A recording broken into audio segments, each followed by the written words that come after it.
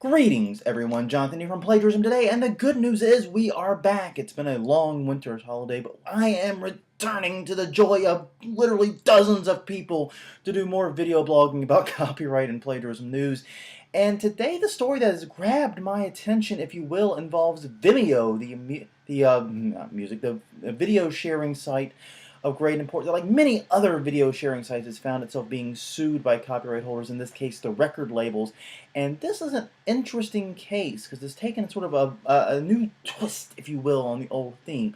We're all aware about the Viacom and YouTube case that was ongoing. Well, the Vimeo case has actually been going on for a long time, but it was put on hold waiting for the appellate court ruling in the Viacom v. YouTube case. Now, we got that ruling just not just recently. In court terms, it was recent, but not like in human terms is it recent, but recently enough. We got the appellate court ruling on that, and basically what happened is the appellate court sort of discharged the summary judgment the district court did, kicked the case back down, but set a pretty high bar for what Viacom has to meet in order to prove that YouTube was liable for the infringements that took place on it. So it's kind of a two-step forward, one-step back thing for Viacom. Long story short, the appellate court set the standards for when a host, at least in its view, when a host rather, is liable for copyright infringement by its users in this particular instance. And, well, the copyright holders in this case, like I said, the record labels, have moved forward with its case and have filed a motion that really tries to sort of put a new spin on Vimeo and put a new spin on these cases, because the pitch isn't just that Vimeo is like YouTube or that it's had infringing material, that it turned a blind eye to things. No, the actual argument they're making is that Vimeo is significantly worse than YouTube, anyone else. And the reason they're making that argument is because of the issue of content curation. Vimeo, according to the record labels, doesn't just merely host content by its users. No. It actually promotes and highlights and goes that extra step beyond, and because of that, it deserves to lose its DMCA safe harbor protection.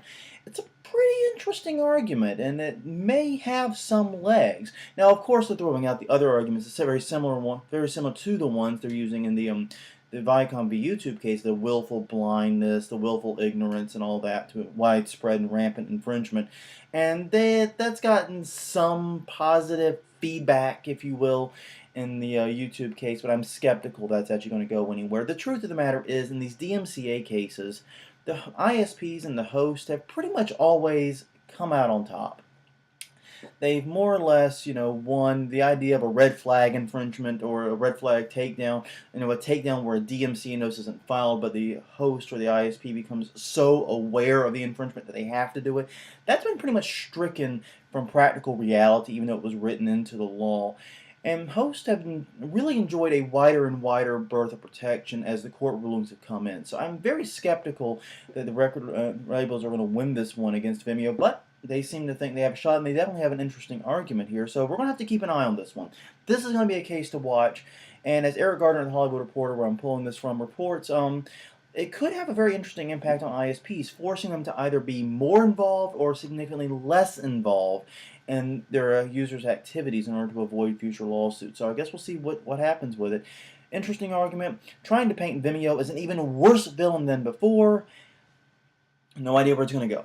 So that's really all I got today. Be back tomorrow with, once again, more copyright and plagiarism news. Until then, this is Jonathan Bailey signing off.